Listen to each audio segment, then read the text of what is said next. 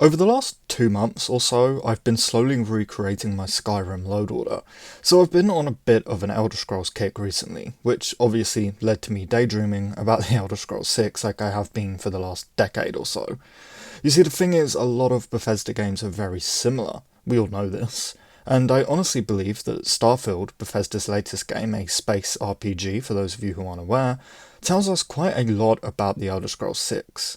This is likely going to be a somewhat longer video than you are used to on my channel, so kick back because I've got a lot to go over. Now I want to start with what is probably the biggest thing, that of course being the fact that Starfield has well over 1,000 planets on 100 different solar systems, which is just insane. Starfield's map will clearly be the biggest map we've ever seen in a Bethesda game, whether it's mostly empty or not. I believe this could indicate two different regions for the Elder Scrolls 6. You see a lot of people arguing over where the Elder Scrolls 6 will be set. 50% of players believe it's Hammerfell, 49% believe it's High Rock, and the last 1% is me, who think it might be both. I know, two regions in one Elder Scrolls game sounds pretty insane at first, but let's think about it. Creation Engine 2 is now a thing, meaning it allows Bethesda to do more than they used to be able to do, especially with modern consoles as well. Starfield will have over 1,000 planets and 100 different solar systems and flyable spaceships. All three of those things have been confirmed. So is it that hard to believe that the Elder Scrolls 6 will have, or at least might have, two regions? Or at least have one big enough map to be half of one region and half of another? And what better way to travel from one region to region than sailable, or I guess drivable, or whatever you want to call it, boats?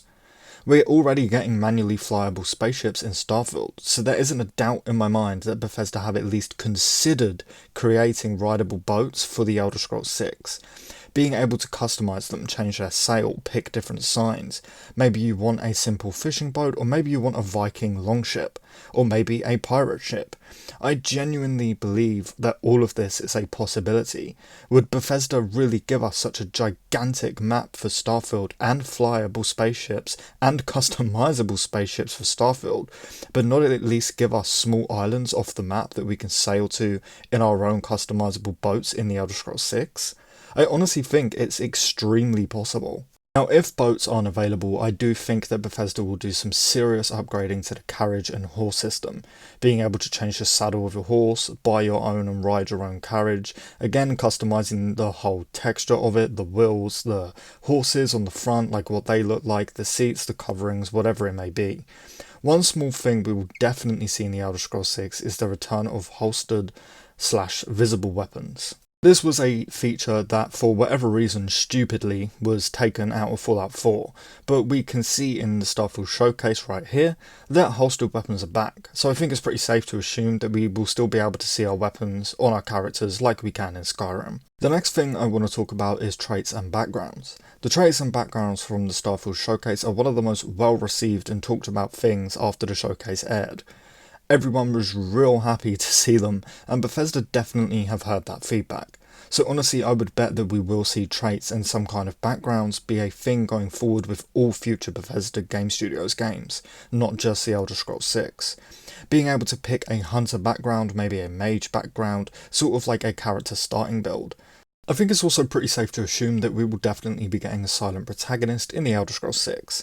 Yes, Starfield has a silent protagonist, but even without knowing that, I think it was pretty obvious to say that we wouldn't ever see a voice protagonist in the Elder Scrolls 6, or just the Elder Scrolls series in general. Bethesda were never going to hire like 20 different voice actors to do the thousands of lines of dialogue for both a female and a male character. They would need to get at least 2 different voice actors for every race. So again, it's pretty safe to assume that that wasn't ever happening. Another very small detail here, we can see in the Starfield showcase that a lot of people are carrying briefcases and a lot of other items, so it is possible that we will see more people carrying certain items in the Elder Scrolls 6 instead of just like handing you air when they're meant to be handing you money or a weapon or something. The only thing from Skyrim of people doing this that comes to mind anyway was the very rare times that you can see people carrying wooden logs or something like that.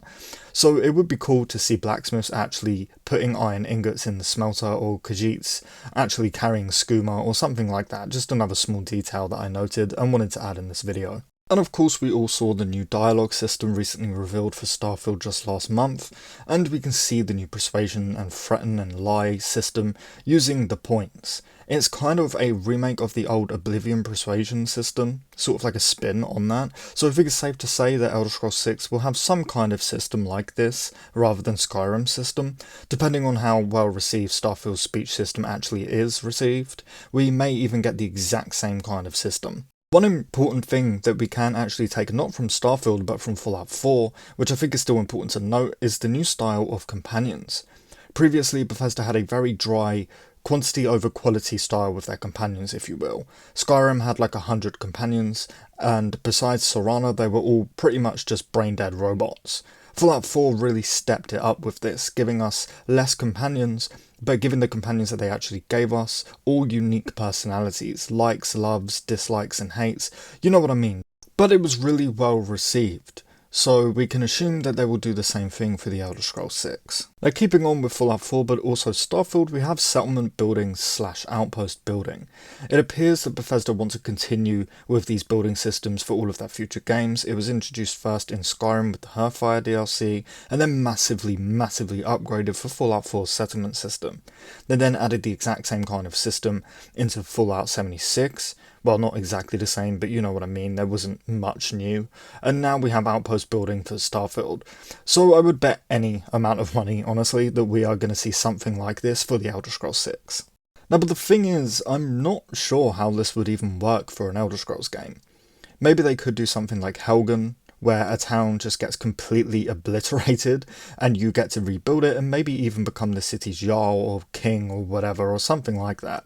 Elder Scrolls 6 is likely set in Hammerfell, and Hammerfell does have a rich history of war, so there's that. They could just destroy a town and let you rebuild it. But besides that, and simply just making your own home, which is kind of boring, I really have just about no idea how Bethesda would use a settlement system or outpost building system for the Elder Scrolls 6, but I bet any money that we will see it. So I guess we'll just have to wait and find out. And lastly, before we wrap up, there are obvious upgrades and updates that will be put into the Elder Scrolls 6 too, like the graphics, the lighting, the NPCs' faces. I mean, just look at these NPCs, they look absolutely amazing compared to previous BGS games, but that is pretty much everything I have to share with you today, so if you haven't already, please do drop a like on the video, it really does help me out. And of course, if you do want to stay up to date on the Elder Scrolls 6, Starfield, Fallout 5, and basically everything else that comes from Bethesda, please do consider subscribing if you are not already, because we cover all of that over here if you are interested.